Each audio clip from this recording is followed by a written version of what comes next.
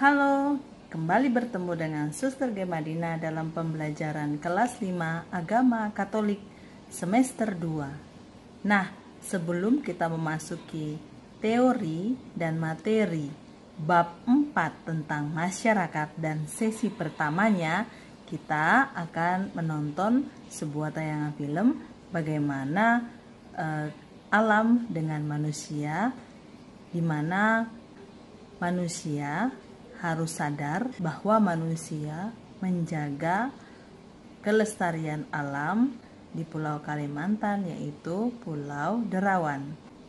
Selamat menyaksikan. Kepulauan Derawan kaya akan keanekaragaman hayati dan unik. Sejatinya, kekayaan alam inilah penjaga kehidupan manusia yang tinggal di sekitarnya. Tetapi, beberapa jenis satwa yang hidup di Derawan justru terancam punah akibat ulah manusia. Penyu hijau diburu, diambil telur dan dagingnya. Penyu sisik dikuliti tempurungnya hingga mati perlahan dan kesakitan.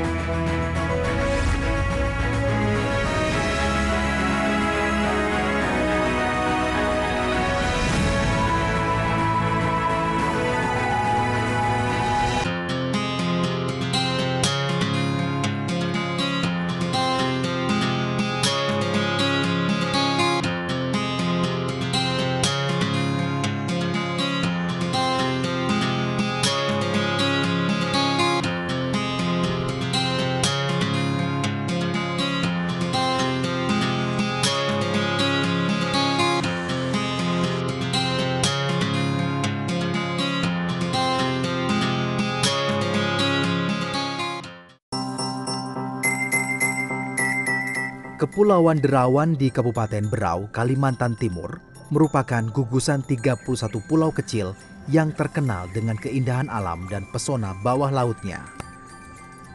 Laut Derawan berlimpah kekayaan hayati. Beragam jenis ikan dan terumbu karang hidup berdampingan demi kelangsungan hidup manusia di wilayah ini. Sebab, sebagian besar warga Kepulauan Derawan berprofesi nelayan. Selain bergantung pada sektor perikanan, warga Kepulauan Derawan kini mengandalkan sektor pariwisata. Dari 31 pulau di Derawan, baru 4 pulau yang dikelola hingga memiliki daya tarik wisata. Salah satunya Pulau Kakaban. Pulau seluas 774 hektar tersebut tidak berpenghuni. Hanya beberapa orang yang tinggal di pulau ini yang datang bergantian dari Derawan guna menjaga kebersihan dan pintu masuk pulau. Untuk memasuki pulau ini, setiap wisatawan dikenai biaya perawatan pulau Rp20.000.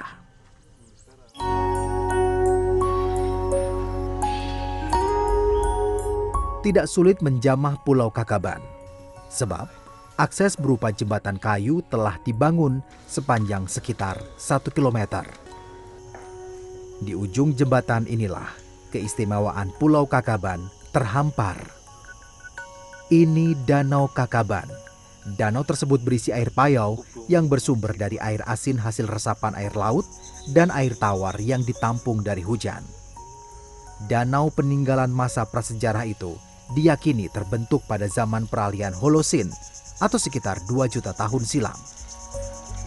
Inilah ikon dan keistimewaan Pulau Kakaban, Kepulauan Derawan, Kalimantan Timur.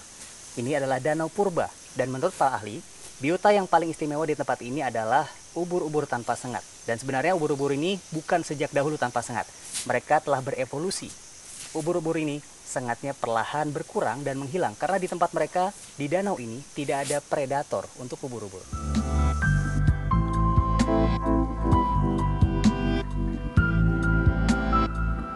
Ada 4 jenis ubur-ubur di danau ini yang telah berevolusi dan tidak memiliki sengat. Keempatnya adalah ubur-ubur bening atau Aurelia aurita, ubur-ubur kecil atau Tripedalia schistopora, Mastigias papua, dan Cassiopeia ornate. Untuk menjaga kelestarian biota unik ini, pengunjung pulau dilarang melakukan beberapa hal. Larangan tersebut antara lain tidak melompat ke dalam danau, tidak menggunakan tabir surya saat berenang, tidak menyelam dan menggunakan perlengkapan selam, serta tidak menyentuh ataupun membawa ubur-ubur keluar dari danau. Selain itu, Kepulauan Derawan merupakan rumah bagi ratusan jenis biota laut. Salah satu yang istimewa adalah masih bertahannya habitat penyu di beberapa pulau di Derawan. Dari 7 jenis penyu di dunia, 6 jenis tercatat pernah singgah dan bertelur di beberapa garis pantai Indonesia. Keenam penyu tersebut adalah penyu belimbing, penyu pipih, penyu abu-abu, penyu merah atau tempayan, penyu hijau, dan penyu sisik. Dari 6 jenis penyu yang hidup di Nusantara, 2 diantaranya penghuni tetap Kepulauan Derawan, yakni penyu hijau atau Selonia midas dan penyu sisik atau Eretmoselis imbricata. Keduanya merupakan satwa dilindungi atau masuk Appendix 1 CITES karena populasinya di dunia terancam punah. Perlindungan dilakukan karena penyu dapat menjaga rantai kehidupan laut. Beberapa wilayah di Laut Australia dan Amerika kehilangan ikan lantaran penyu terlebih dahulu menghilang. Selain di Kepulauan Derawan, populasi penyu hijau dapat ditemukan di Raja Ampat Papua, Pantai Pangumbahan Sukabumi, serta Tanjung Benoa dan Pulau Serangan Bali. Adapun penyu sisik lebih sulit dijumpai karena populasinya sedikit dan umumnya hidup di wilayah tropis. Secara alami, penyu memang terancam oleh predatornya seperti ikan besar di laut, reptil pemangsa di darat, dan burung pemburu dari udara. Namun, predator tersebut tidak mengancam populasi penyu. Yang menjadi ancaman utama populasi penyu di Kepulauan Derawan, bahkan dunia, adalah perilaku manusia.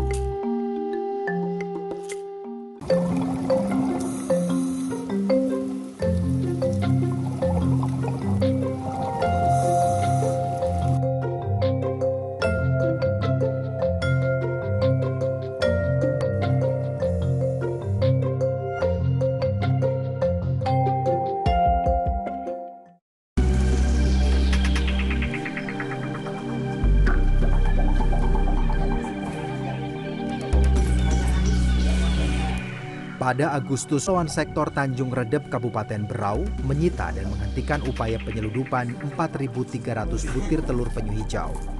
Diduga kuat, telur-telur penyu ini diambil dari Pulau Sambit dan Blambangan, kemudian ditampung di Tanjung Redep. Penyitaan ini dilakukan setelah petugas mendapat informasi dari masyarakat. Telur-telur penyu itu kemudian diselamatkan dan dikubur kembali dengan harapan masih bisa ditetaskan. Pada tanggal 1 September, kita mendapatkan izin untuk membawa telur tersebut, 4.300 telur itu ke Pulau Bilang-Bilangan untuk direscue, ditanam ulang. Dan kita bekerjasama antara Perkumpulan Konservasi Biota Laut Berau, Profauna, KSDA Kantor Wilayah 1, Berau, dan BPSPL Pontianak, juga Dinas Kelautan dan Perikanan Kabupaten Berau. Kita tanam dalam 62 sarang. Jadi kita hanya menanam 4.380 ya. Karena yang 10 dipakai untuk kepentingan penyelidikan, yang 10 lagi diambil sampel oleh BKSDA, terus kemudian yang 4.380 kita tanam di 62 lubang berbeda, di mana masing-masing itu berisi 50 butir. Dan itu ada alasannya kenapa kita mengisi 50 butir saja, karena kita ingin memboost atau mendorong tingkat keberhasilan menetas itu. Perburuan telur penyu marak terjadi di Kepulauan Derawan karena masih tingginya permintaan dari wilayah sekitar Berau, Bontang, Samarinda, Selatan dan Utara Berau bahkan Tanjung Selor, Kabupaten Bulungan, dan Tarakan. Permintaan tersebut merupakan buah kepercayaan akan khasiat telur penyu. Padahal, kandungan telur penyu tidak jauh berbeda dengan telur ayam. Sementara telur ayam mengandung 11,9 protein, telur penyu berkadar protein 13%, atau dengan kata lain, tidak memiliki khasiat tertentu.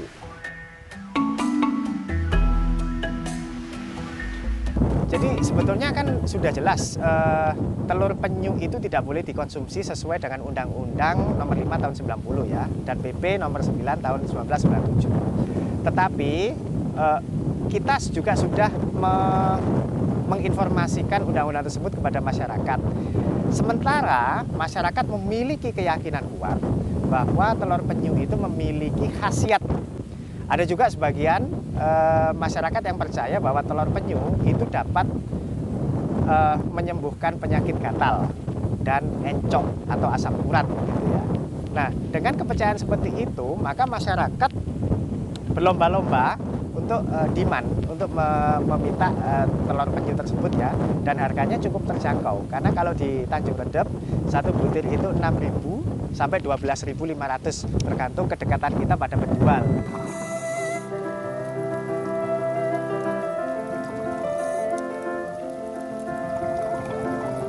Bukan hanya telur yang diburu, daging dan tempurungnya pun tak luput dari incaran pemburu, hingga mengancam populasi penyu di Kepulauan Derawan.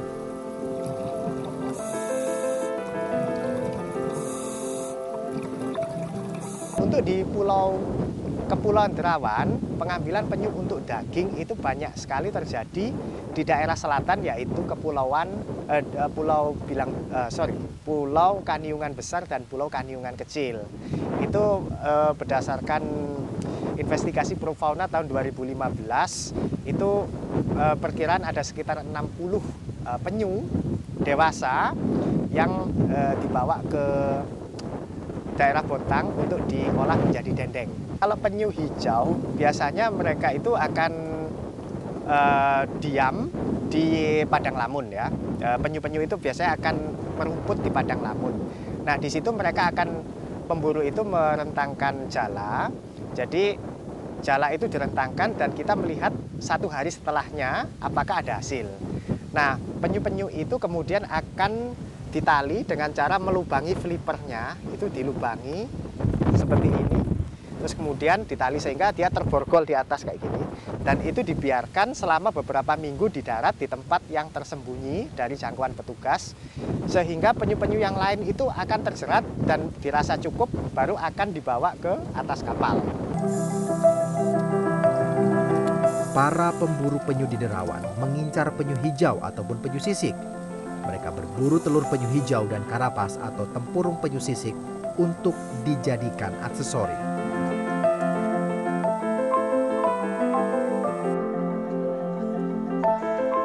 Kerajinan tempurung penyu sisik masih diproduksi dan dijual di sejumlah lokasi.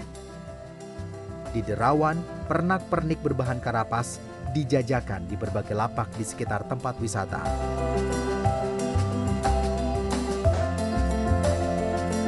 Sementara itu, di Kota Berau, aksesori tempurung penyu tersedia di kios pasar tradisional.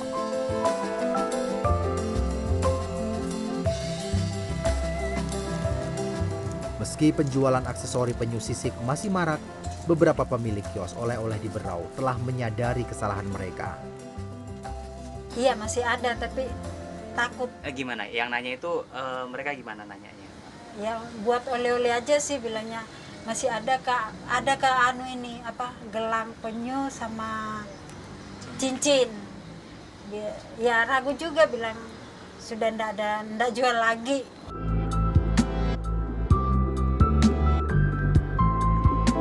Perburuan penyu di Kepulauan Derawan dilakukan pelaku dengan berbagai cara. Sebagian besar penyu ditangkap hidup-hidup lalu dikuliti. Sebagian lain diikat berhari-hari.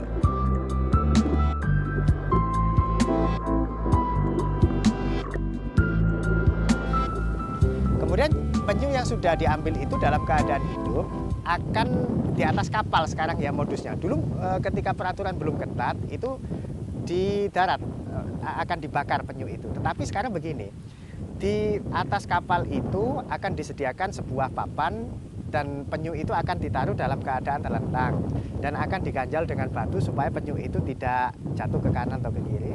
Terus kemudian dengan menggunakan obor yang dipompa itu, jadi penyu itu akan dibakar dalam keadaan hidup. Maka penyu yang masih dalam keadaan hidup itu dikembalikan ke laut. Yang menurut anggapan banyak orang bahwa penyu ini bisa bertahan hidup dan menumbuhkan sisik-sisiknya. Namun bukti di lapangan berkali-kali kami menemukan dan kami masih memiliki record ya, penyu sisik yang sudah diambil sisiknya akan mengalami infeksi dan mengalami kematian, proses kematian yang panjang dan menyakitkan.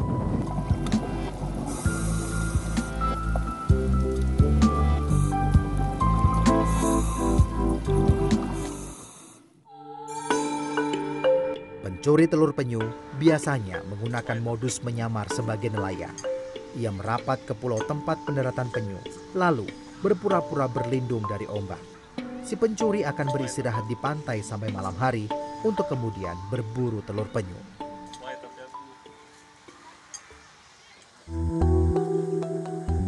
Tidak semua pulau di Derawan dijadikan persinggahan serta tempat makan dan bertelur penyu hijau ataupun penyu sisik. Malam ini, saya bersama beberapa pegiat lingkungan dari Profauna dan Konservasi Biota Laut Berau akan menuju pulau yang paling sering didarati penyu di Kepulauan Derawan. Yang kami tuju adalah Pulau Bilang-Bilangan. Pulau tersebut terletak di sebelah selatan Kepulauan Derawan yang berjarak tempuh sekitar 2 jam dengan menyeberang dari muara Sungai Tembudan di Desa Lenggo. Pada kurun tertentu, rata-rata 20-40 ekor penyu akan mendarat, bahkan sebagian besar bertelur di Pulau Bilang-Bilangan.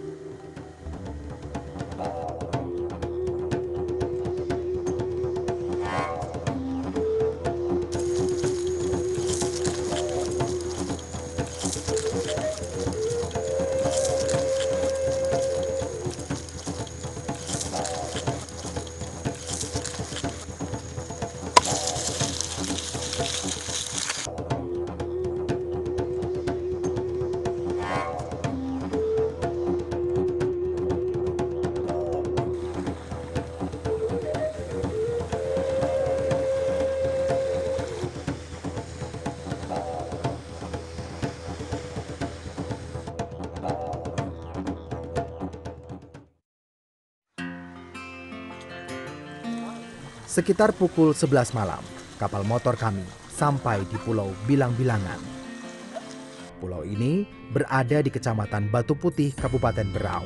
Pulau tersebut berpasangan dengan Pulau Mataha, 2 pulau yang paling banyak disinggahi penyu hijau dan penyu sisik. Kami segera membongkar barang bawaan pribadi dan logistik untuk suplai rutin beberapa petugas jaga di pulau ini. Baru beberapa langkah berjalan menuju posko gabungan, petugas konservasi biota laut Berau dan Profauna, tanda pulau ini merupakan sarang penyu, mulai tampak. Kami melihat seekor tukik berjalan tergesa menuju bibir pantai. Tak lama kemudian, tukik berenang dan menghilang bersama gelombang. Dalam perjalanan selanjutnya, kami melihat seekor penyu betina baru saja bertelur dan menutup sarangnya. Menyadari kehadiran kami, penyu tersebut bergegas menuju laut. Memang, penyu dikenal sebagai hewan yang sangat sensitif terhadap gerakan dan cahaya.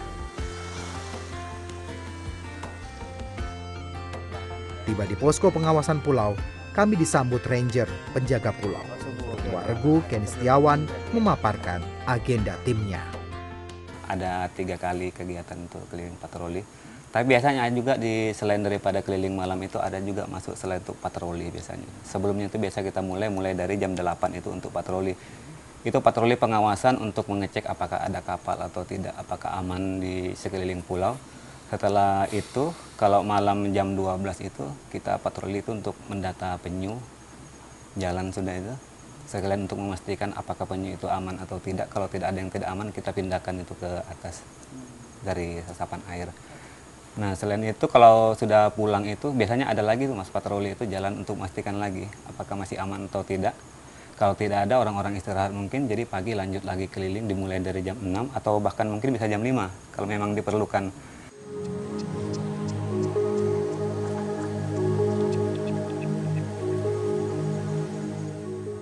Tim mulai bergerak pukul 12 malam. Patroli akan dilakukan dengan berkeliling menyisir pantai Pulau Bilang-Bilangan sejauh sekitar 2 km. Sesekali, tim yang terdiri atas 5 anggota ini berhenti dan memeriksa sarang penyu. Sarang baru dapat diidentifikasi dari jejak penyu. Jika sarang aman dari jangkauan gelombang, tim hanya akan mencatat waktu peneluran dan lokasinya. Sementara itu, jika lokasi rawan terjangkau air pasang, sarang akan dipindahkan ke wilayah yang lebih aman. Saat melanjutkan patroli, kami melihat seekor penyu hijau selesai bertelur. Penyu hijau akan menggali lubang untuk bertelur sedalam sekitar 60 cm. Penyu ini dapat mengeluarkan sampai 150 butir telur. Untuk mengabadikan proses bertelur penyu, disarankan digunakan lampu redup yang biasanya berwarna merah dan tidak disorotkan dari arah depan. Hal ini dilakukan demi menjaga kenyamanan penyu.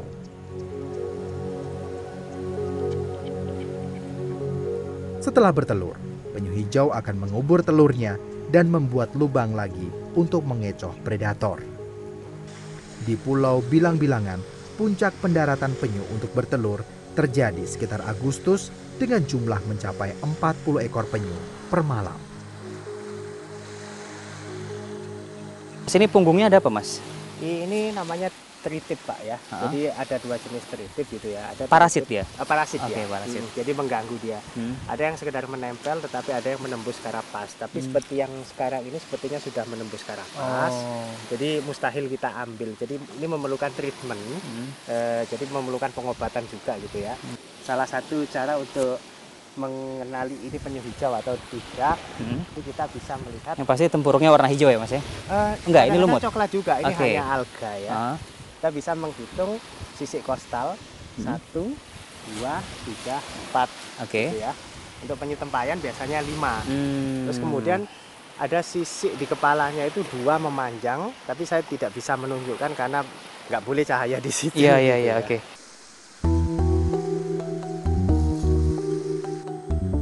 Biasanya, penyu bertelur di tempatnya menetas. Rata-rata usia penyu betina yang bertelur di Pulau Bilang-Bilangan 40-50 tahun. Kami pun meneruskan patroli bersama berkeliling pulau. Tidak jauh dari lokasi peneluran, kami menemukan sekawanan tukik yang baru menetas berlarian menuju bibir pantai.